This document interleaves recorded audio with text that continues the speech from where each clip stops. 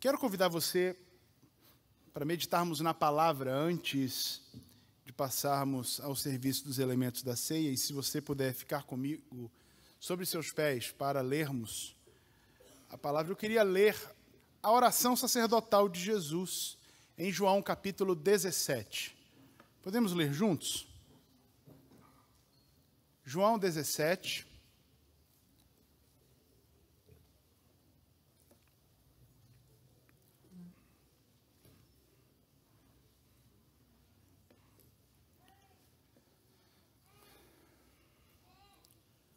João 17. O texto diz assim: Depois de dizer isso, Jesus olhou para o céu e orou: Pai, chegou a hora.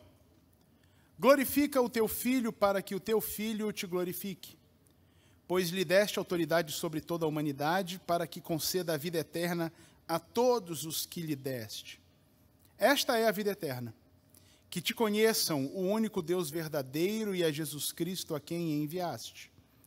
Eu te glorifiquei na terra, completando a obra que me deste para fazer. E agora, Pai, glorifica-me junto a ti com a glória que eu tinha contigo antes que o mundo existisse.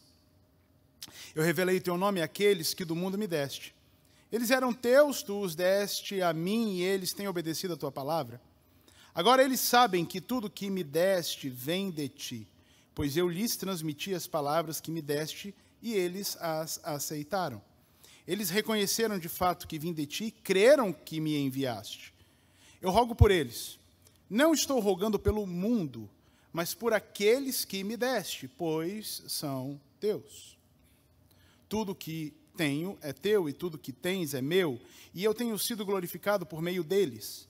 Não ficarei mais no mundo, mas eles ainda estão no mundo e eu vou para ti.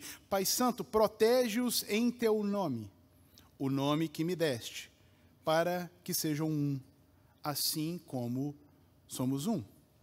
Enquanto estava com eles, eu os protegi e os guardei no nome que me deste. Nenhum deles se perdeu, a não ser aquele que estava destinado à perdição, para que se cumprisse a Escritura. Agora vou para ti, mas digo essas coisas enquanto ainda estou no mundo, para que eles tenham a plenitude da minha alegria. Dei-lhes a tua palavra e o mundo os odiou, pois eles não são do mundo, como eu também não sou. Não rogo que os tires do mundo, mas que os protejas do maligno. Eles não são do mundo, como eu também não sou. Santifica-os na verdade, a tua palavra é a verdade. Assim como me enviaste ao mundo, eu os enviei ao mundo. Em favor deles eu me santifico, para que também eles sejam santificados pela verdade.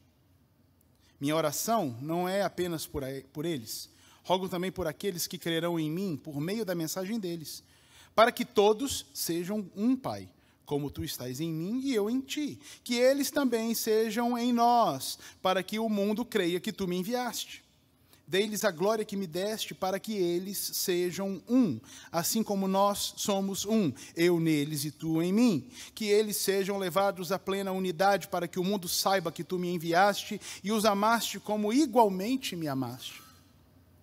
Pai, quero que os que me deste estejam comigo onde eu estou e vejam a minha glória, a glória que me deste porque me amaste antes da criação do mundo. Pai justo, embora o mundo não te conheça, eu te conheço. E estes sabem que me enviaste. Eu os fiz conhecer o teu nome e continuarei a fazê-lo, a fim de que o amor que tens por mim esteja neles e eu neles esteja. Amém. Tome seu lugar, por favor.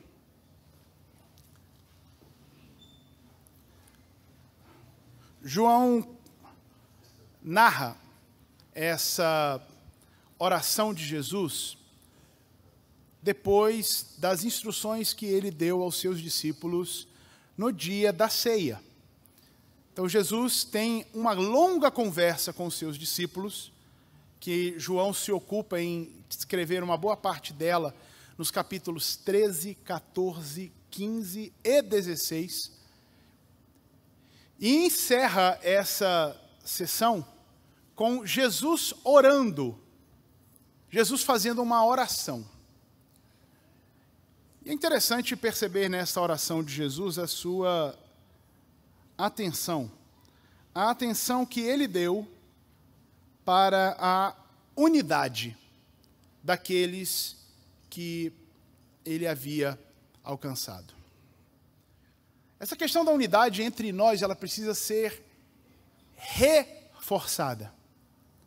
Porque Jesus não teria orado pela unidade se ele não entendesse que ela era importante e que precisava de oração para que isso acontecesse.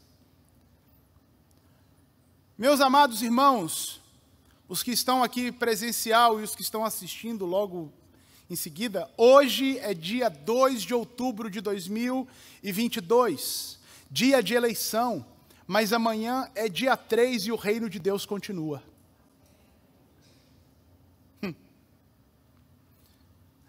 Mais importante do que as eleições é o reino de Deus.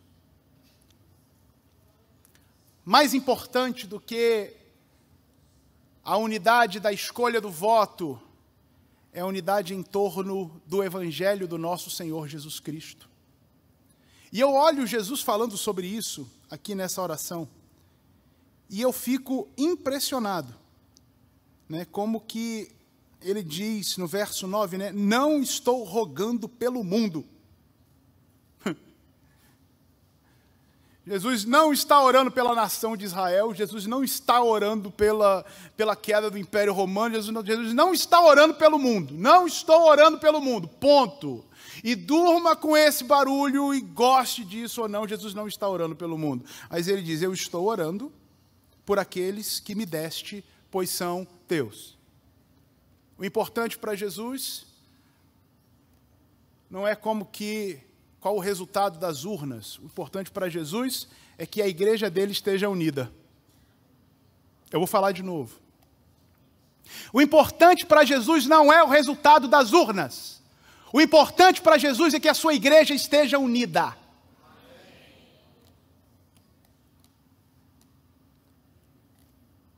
E é por isso que ele ora pela unidade. Porque, amados, entre os 12, eu estava olhando Mateus, o Evangelho de Mateus, quando você vê os 12 que Jesus escolheu, o trem difícil é que aqueles 12 fossem um. A heterogeneidade entre os discípulos de Jesus é uma coisa absurda. Jesus chama o tal do Levi, que é o Mateus, e Mateus é o cobrador de impostos, ele é o publicano. Ele é alguém que, para todos os efeitos, ele abandona a banca, mas ele não tem absolutamente nada contra que os romanos estejam dominando e cobrando impostos, e ele cobrar os impostos do povo. Ele é um mero mediador, e para ele está tudo bem, está tudo certo. Ele não é nacionalista, ele é um cara meio globalizado, entendeu? Mateus, ele é um globalizante, ele enxerga as coisas o mundo globalizado. Mas tem lá no final um tal de Simão, é o penúltimo a ser listado na lista de Mateus, que a Bíblia diz que ele é zelote. Zelote é o extremo oposto do Mateus. Né? Simão é o extremo oposto do Mateus, porque o zelote, ele é o nacionalista brabo. Ele é o cara que diz, todos os romanos têm que sumir daqui, porque a gente é o povo de Deus. E esses caras são imundos, estão manchando a nossa nação. Inclusive eles têm, né, dentro do grupo dos zelotes, você tem um ultra, né, eles já são da ultradireita, por assim dizer, a ultradireita nacionalista, e eles têm os ultradireita nacionalista mega power, que são os sicaris. Uns camaradas que andavam armados para matar soldados romanos e publicanos. Sicari vem da faquinha que eles carregavam para, apesar da armadura, conseguir matar os soldados e o cara nem viu que morreu. Quando ele viu, ele já estava morto. Você tem gente muito bem instruída entre os discípulos de Jesus, como é o caso do próprio Mateus, e você tem pescadores, Pedro, Tiago e João, que entendem de empresa familiar e de chuvas e águas e movimentos.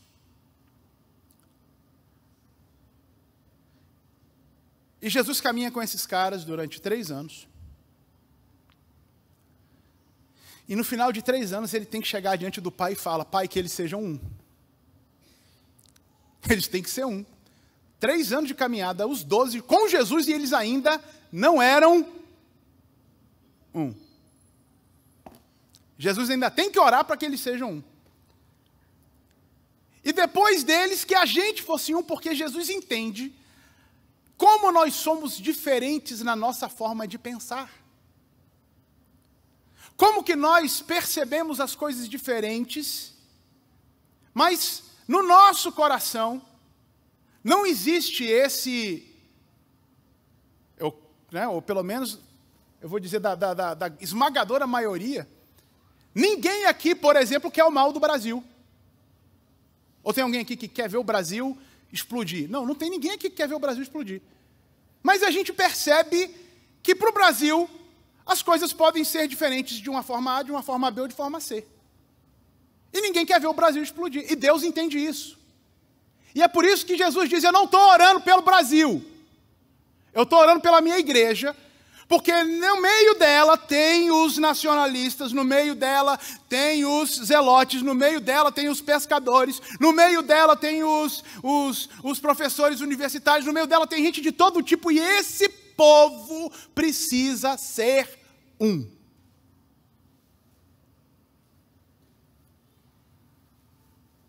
E a Bíblia não diz que Mateus era mais crente do que Simão, e que Pedro não era mais crente do que Bartolomeu, e todo mundo era discípulo de Jesus e caminhava junto, igualmente amados por Cristo. É certo que entre eles, olha só como é que é o negócio, entre eles tinha a disputinha de quem era o maior. Entre eles tinha a disputinha. Quem vai ser o maior? E adivinha quem chega lá junto, né? Para pedir para ser o maior? Tiago e João. A mãe deles fazendo pedido para um ser o ministro, né?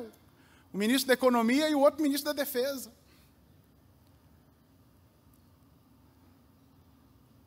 Entre eles tinha essa disputa e Jesus o tempo inteiro tendo o que dizer.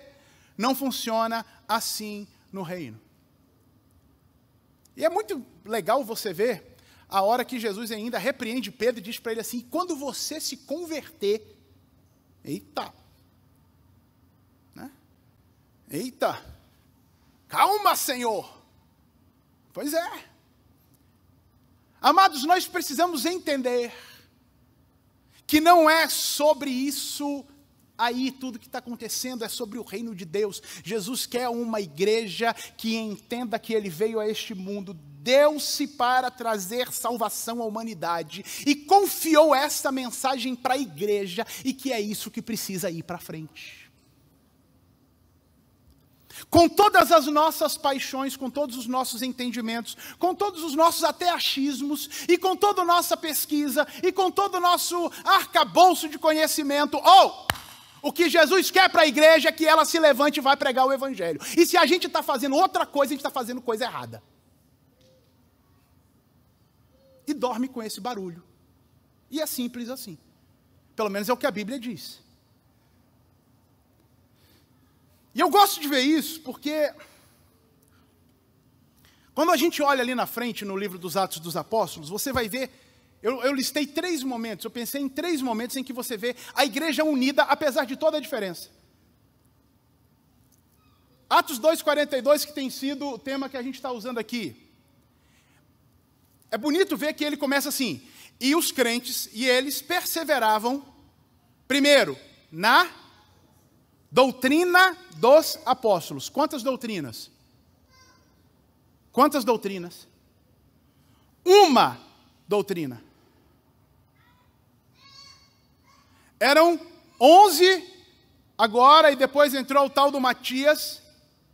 Mas apesar de todas as diferenças entre eles, tinha uma doutrina, um ensino. Os 12 tinham um ensino. Jesus Cristo veio em carne a este mundo, morreu pelos pecadores, ressuscitou ao terceiro dia, está assentado à direita de Deus e quer salvar a humanidade. E é preciso que você se arrependa dos seus pecados e assuma um compromisso com Ele e comece uma caminhada com Ele. Essa é a doutrina dos apóstolos.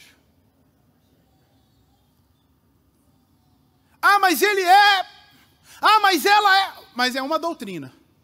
E o que importa é a unidade no ensino da palavra. A igreja não tem 10 missões. A igreja não está aqui para cumprir um arcabouço de coisas ou conquistar 200 montanhas. A igreja está levantada para alcançar não alcançados e edificar os alcançados para que busquem outros não alcançados. É isso aí. Saiu disso, está fora da visão da igreja, está fora da missão da igreja, está fora do ensino de Jesus. É preciso perseverar na doutrina dos apóstolos. É um ensino. Um outro momento interessante é como é que os discípulos se reúnem unanimemente. Isso está 2 capítulos na frente, o capítulo 4, o verso 24. Pedro e João são liberados.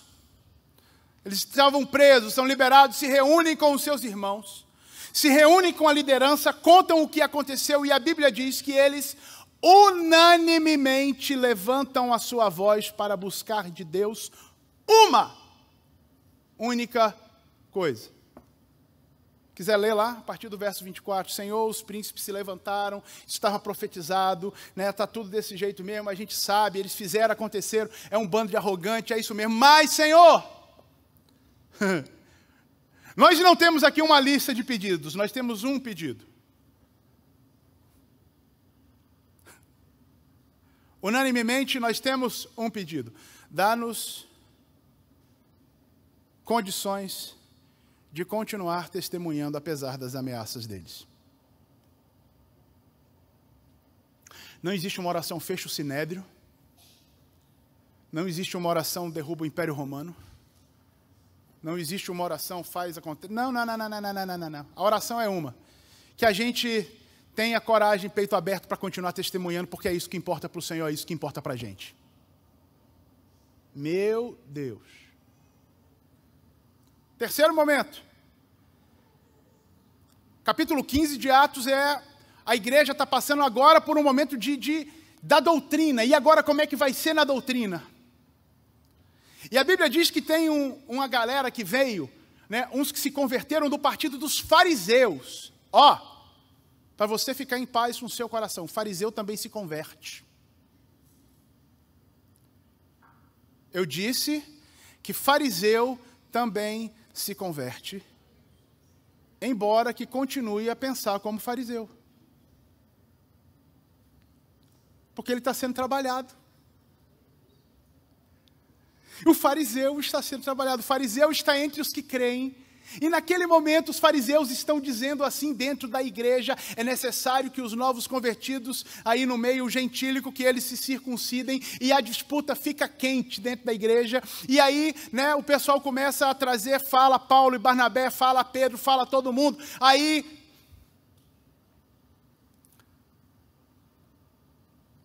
alguém assume a palavra para dizer assim, então a gente vai dizer o seguinte para o pessoal.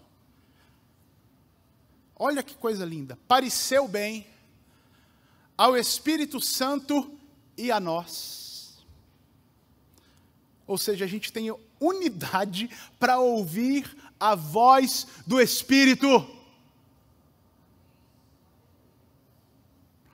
Unidade para ouvir a voz do Espírito. Unidade para doutrinar, unidade na intercessão, na hora de orar, e unidade para discernir aquilo que o Espírito está falando. Isso é o que importa.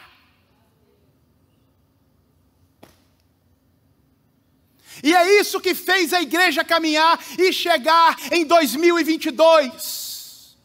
E é isso que vai fazer a igreja continuar a sua caminhada se Jesus não vier antes do ano 2100 ou do ano 3000. O que vai fazer a igreja continuar caminhando é a sua unidade em ouvir a voz de Deus, em discernir a doutrina e ouvir a voz do Espírito Santo unida. Os reinos vêm e vão, as pessoas vêm e vão, e os sistemas se levantam e caem, e o mundo muda, e as mudanças, e tudo vai acontecer, mas a palavra do Senhor permanece para sempre, e a igreja dele segue caminhando. E a gente tem que entender isso, porque senão vai acontecer aquilo que Paulo falou lá aos Coríntios, né? Daqui a pouco a gente está se matando aqui dentro. Oh, para com isso, que bobagem é essa? E aqui que a gente precisa entender, quando Jesus ora sobre unidade, no verso 11, ele diz que essa unidade ela é protegida. A oração de Jesus é para que esta unidade, leia aí o verso 11, ele diz assim: não ficarei mais no mundo, mas eles ainda estão no mundo, eu vou para ti. Pai Santo, protege-os em teu nome, o nome que me deste para que sejam um, assim como somos um. A proteção da unidade, eu vou falar mesmo, a proteção da unidade não está no nome de nenhum político, a proteção da unidade não está no nome de nenhum teólogo, a proteção da unidade não está no nome de nenhum santo, a proteção da unidade não está no nome de nenhum papa, a proteção da unidade da igreja está em o nome do Senhor Deus dos exércitos. A gente não é unido porque vota em alguém. A gente não é unido porque segue o livro de doutrinas de alguém. A gente não é unido porque temos um padroeiro. A gente é unido porque nós oramos e pedimos ao Deus que é o Deus do universo, que proteja a sua igreja e nos dê unidade. Porque aqui há um nome a ser proclamado. Aqui há um nome para ser exaltado. Aqui há um nome para ser honrado, levantado, glorificado e adorado. Aqui há um nome, é o nome do Senhor Deus dos exércitos, Todo-Poderoso, Criador dos céus e da terra.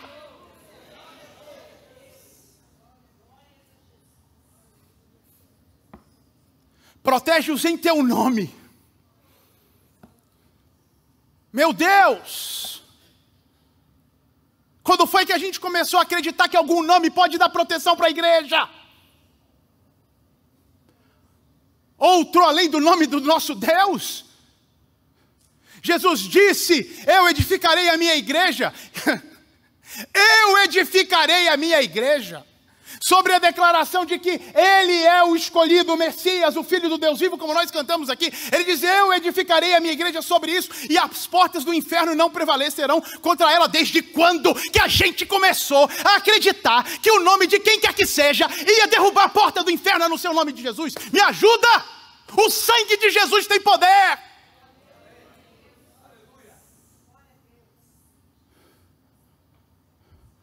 E a nossa oração tem que ser essa: Senhor Deus, guarda-nos no teu nome, porque o meu coração levanta o teu nome. Na minha vida eu exalto os teus valores, na minha vida eu exalto quem tu és, na minha vida importa o que importa para o Senhor, na minha vida eu vou caminhar em cima do teu caminho. Guarda-me no teu nome.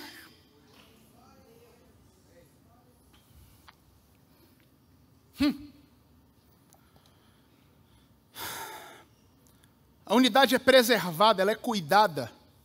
O verso 21 vai trazer né? Tua palavra é a verdade, santifica-os na verdade, a partir do verso 17.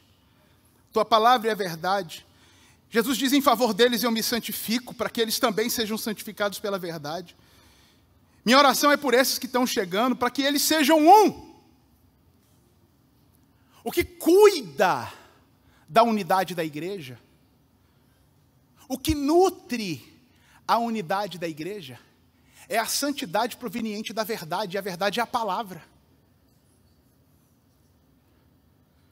A gente está aqui para aprender a ser unido em cima daquilo que a palavra nos tem orientado, a palavra nos tem dito. É aplicar a palavra à nossa vida individualmente e seguir os ensinos da palavra individualmente, testificando a este mundo individualmente o que a palavra fez em nós.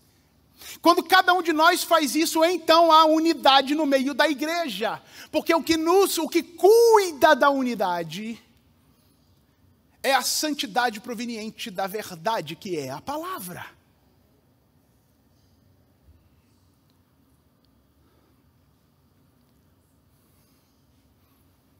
Mas a gente tem, por aí, abandonado a palavra. A gente tem se dedicado mais a comprar livros. E livros é uma coisa muito boa de se comprar, viu? Devemos comprar bons livros e ler bons livros, mas nunca substitua a palavra por um livro.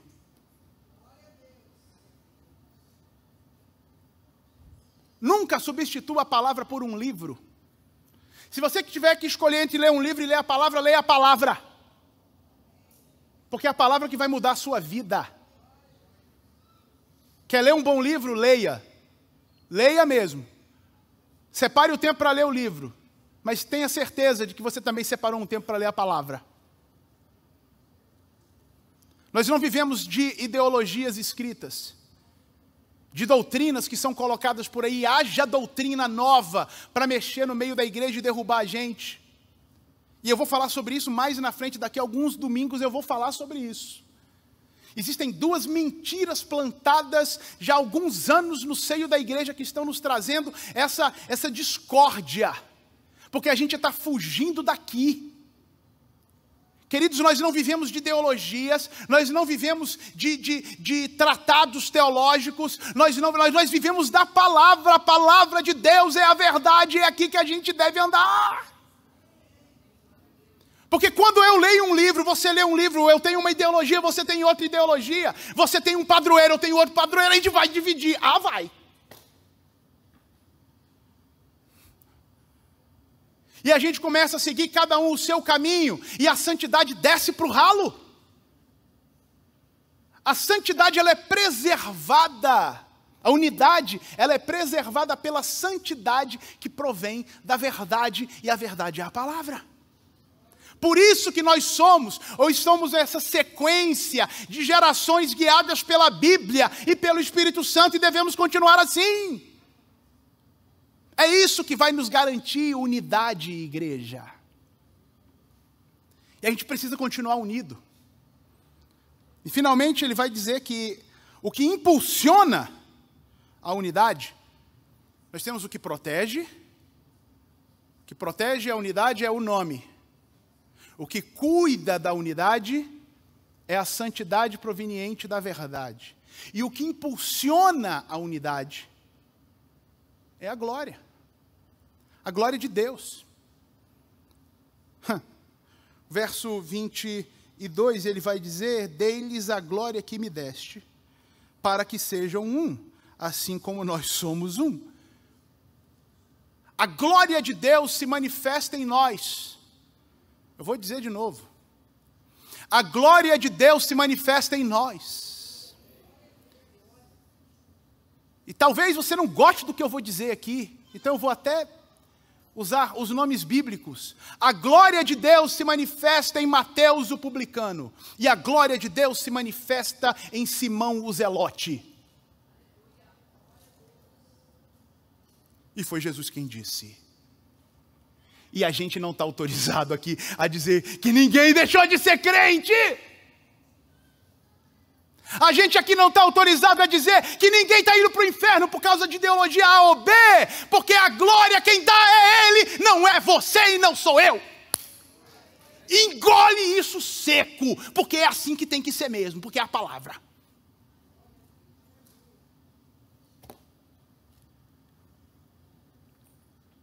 Quantas famílias divididas, quantas igrejas divididas, quantas classes de escola dominical divididas.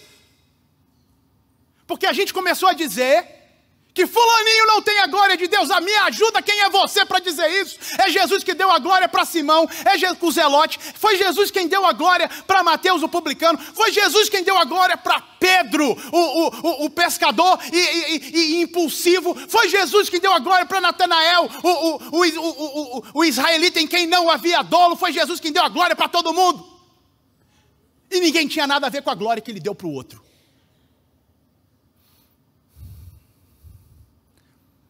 É viver a glória. Parar de querer enxergar se tem glória no outro. Você tem glória em você aí? Eu vou perguntar de novo, a glória de Deus está em você? Ou será que a gente só consegue dizer assim, né? Cadê? Eu vejo a glória do Senhor hoje aqui. Aí eu estou vendo por causa do outro. Mas a tua mão, o teu poder sobre mim. Aí eu não vejo sobre mim, eu vejo no outro. Porque eu fico fiscal da glória do outro. Porque se ele veio com a camisa cor, ele não tem glória. Só tem glória eu aqui do lado de cá. Eu preciso saber se a glória está sobre mim. Porque a glória vai ser dada para ele. Só a ele a glória. Toda a honra, toda a glória, todo louvor, toda exaltação, pelos séculos dos séculos, sejam dados ao nome do Senhor Deus, Criador.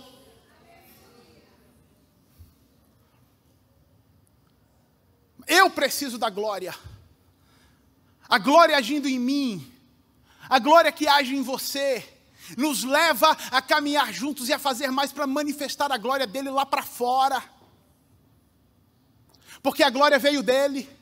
É tão bonito ouvir isso de Jesus. A glória que me deste. Jesus não veio a este mundo para exibir glória. Jesus veio a este mundo recebendo a glória do Pai para transmitir a glória que ele recebeu. Ou a gente está aqui para receber glória de Deus, para mostrar para o mundo lá a glória de Deus. Não importa como que eu penso, o que eu acho, o que eu digo, a cor que eu visto, a comida que eu como, para onde eu vou, o que lugar que eu fiz, como é que está a minha parede de diplomas. Não é isso que importa. A glória que eu tenho que colocar lá para fora é a glória que eu recebi dele. Como a gente tem dificuldade com isso?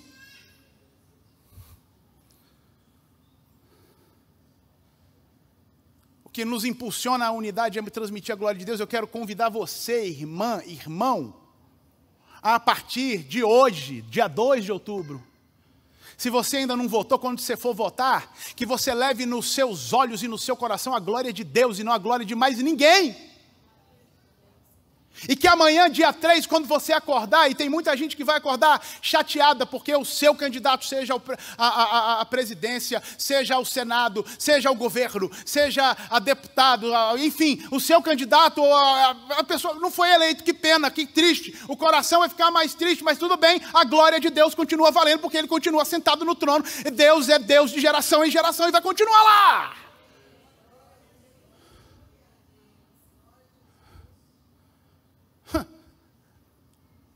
O teu trono, ó Deus, é um trono eterno, disse o salmista. Todos nós passamos, mas a glória dele é para sempre, é a glória dele que eu coloco para frente, é a glória dele que eu vou mostrar, é a glória dele que eu quero testemunhar, é a glória dele que nos vai fazer caminhar juntos.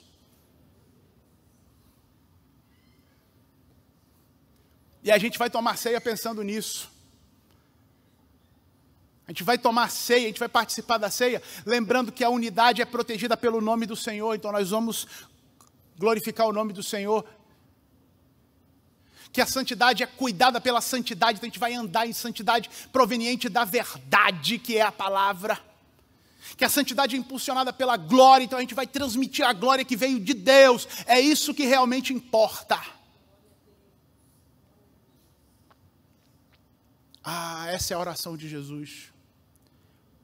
Eu quero que a oração de Jesus seja cumprida na minha vida. Já pensou? Eu poder dizer que eu sou o cumprimento da oração de Jesus? Quem quer isso aqui hoje? Fique em pé comigo. Dê a mão para alguém aí que está do seu lado, vamos fazer uma oração.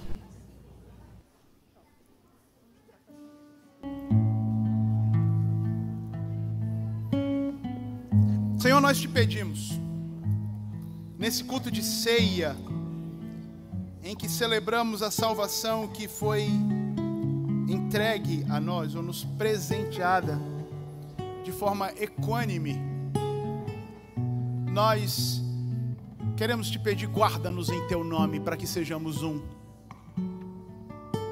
Que entre nós não exista nenhum outro nome acima do teu nome. Que qualquer outro nome esteja abaixo do teu nome na nossa relação aqui como irmãos, como seguidores de Jesus. Que o teu nome seja aquele que nos une, protege-nos, guarda-nos no teu nome. Senhor, dá-nos viver em santidade proveniente da verdade que é a tua palavra, para que esta unidade seja preservada, Senhor. Que essa caminhada de aperfeiçoamento daquilo que o Senhor está fazendo em nós, essa separação das coisas do mundo e do pecado, seja isso aquilo que cuida da nossa unidade. É o teu Espírito que está trabalhando em nós, está mexendo com a gente. Opera em nós, ó Deus, e que a tua glória seja manifesta na nossa vida, mas que a tua glória seja manifesta na nossa vida. Que o nosso interesse, Senhor, não seja glorificar mais ninguém além do Senhor. Que o nosso interesse seja exaltar o teu nome acima de todo nome, porque já é.